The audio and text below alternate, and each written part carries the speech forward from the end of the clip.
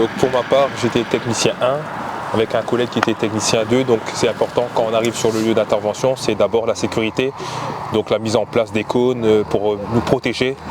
Puis ensuite, avec l'ordre de sous-off, nous c'est tout ce qui est manipulation de l'outil, donc pour se créer un espace toujours en sécurité par rapport à mon collègue.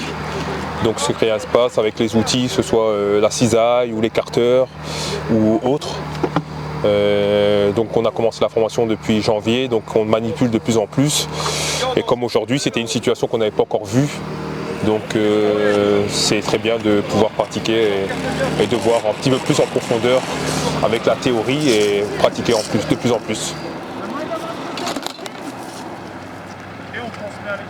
Donc moi je jouais le rôle numéro 3. Le rôle numéro 3 c'est on dit le monsieur sécurité.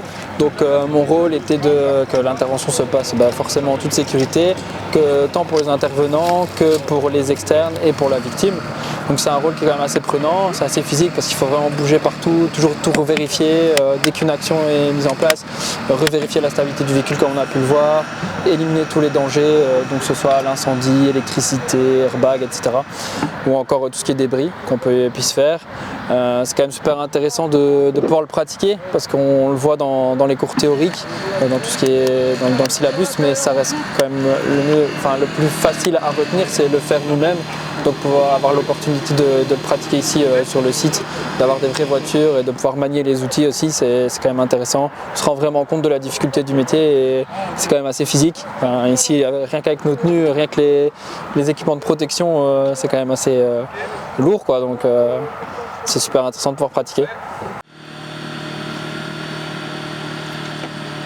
Est-ce que ça renforce un peu les liens du groupe de faire ce genre de pratique-là quand vous travaillez en équipe comme ça? Oui, tout à fait, parce que le métier de pompier c'est un travail d'équipe. Un pompier tout seul il fera rien, un pompier en équipe il pourra tout faire quasi. Donc c'est super important la cohésion de groupe. Ici on a un petit groupe, on a quand même la chance qu'on vienne quasi tous de la même zone de secours, donc ça aide également. Ici on se voit de plus en plus, donc il y a des petits feelings qui commencent à apparaître, on se donne des petits surnoms, etc.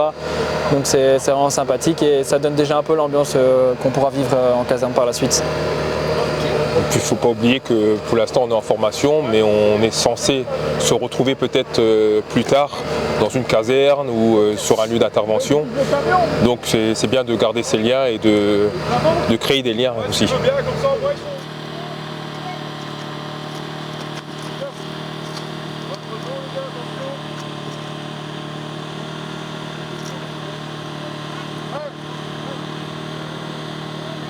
Voilà, donc ici on était en formation B01, donc des tout nouveaux pompiers qui sont là pour leur formation de base.